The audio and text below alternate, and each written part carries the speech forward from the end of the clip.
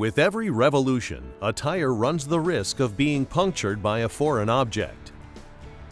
And since the average tire will experience millions of revolutions throughout its lifespan, it's usually a matter of when you get a flat, not if. When an object breaks through the inner liner of the tire, the most immediate concern is the loss of inflation pressure.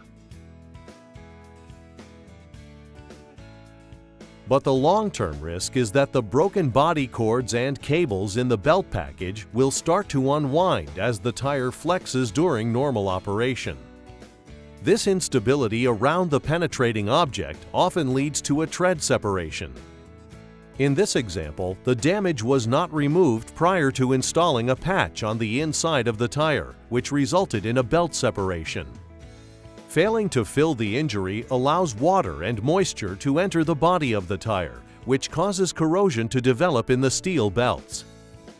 It's also important to remove the tire from the rim so the inside can be thoroughly inspected. In this example, a simple nail in the tread resulted in severe damage to the sidewall that cannot be seen on the outside of the tire. For this reason, tires should never be repaired on the rim with a string plug or similar type of repair. Likewise, the use of sealants or emergency inflators that contain a sealant are not recommended as long-term solutions to a flat tire for the same reason. Motorists must also understand that puncture repairs are limited to the center of the tread area, which is known as the crown. The maximum allowable size is 1/4 inch.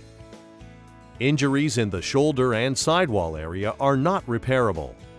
And while tire manufacturers agree on the size and location of repairable injuries, the number of repairs varies depending on the make and model of the tire.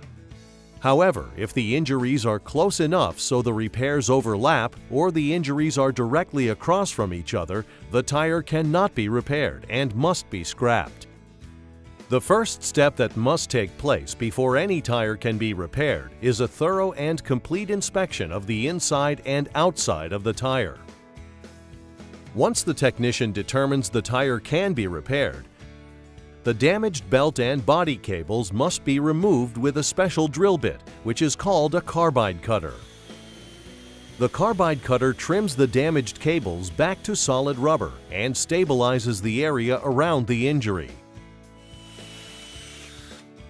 After the damage has been removed, the injury channel must be filled with a rubber stem to prevent water and moisture from entering the body of the tire. By sealing off the injury channel at the tread surface, the steel cables in the belt package are protected from corrosion. With the damage removed and the injury filled, the final step in the repair process is to seal the breach on the inner liner with a repair unit.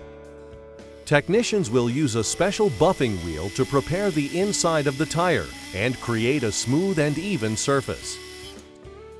Special vulcanizing cement is then applied to the buffed surface and allowed to dry so a chemical bond can be created with a repair unit or patch. Once the cement is dry, a repair unit or patch is installed on the inner liner to complete the repair.